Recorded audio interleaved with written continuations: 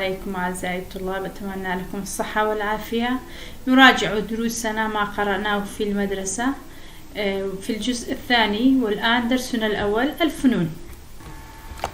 نعم، درسنا الأول الفنون، أقرأها لكم وأشرحها، وما سبق قرأتها في المدرسة داخل الصف وأنتم قمتم بحفظها، والآن أقرأها لكم. الفنون: ما أجمل الحياة تزينها الفنون، وتبدع صورا، فتمثال للنحات ورسام للوحات تبهج النظر.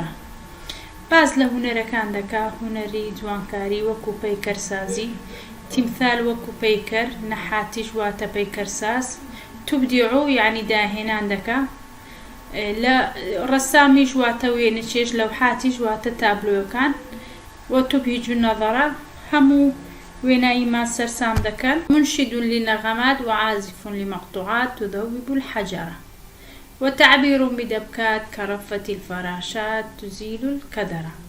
باز لا أوبارتا آوازان دكا كآوازان دايدني وأوي آوازا كان دجاني، تذوب يعني دتويني توا الحجرة مبستي بردة، وتعبير بدبكات كرفة الفراشات تزيل الكدرة، يعني كدر يعني ناخوشي وخمو خفض لسرد لا دباتن.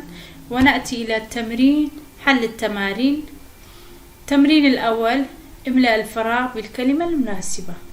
أنتم كتبتموها فيما سبق: ما أجمل الحياة تزينها الفنون، وتبدع الصور، فتمثال للنحات ورسام للوحات تبهج النظر، وعازف ومنشد للنغمات وعازف لمقطوعات تذوب الحجرة. نأتي إلى التمرين الثاني: ضع دائرة حول المفردات التي تتعلق بالفنون. فقط نضع دائرة حول الكلمات التي تتعلق بالفنون.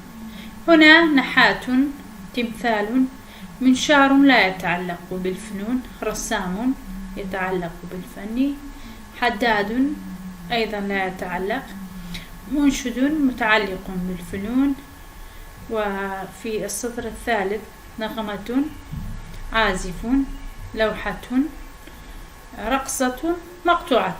كل هذه الكلمات التي حولها دائرة ضع.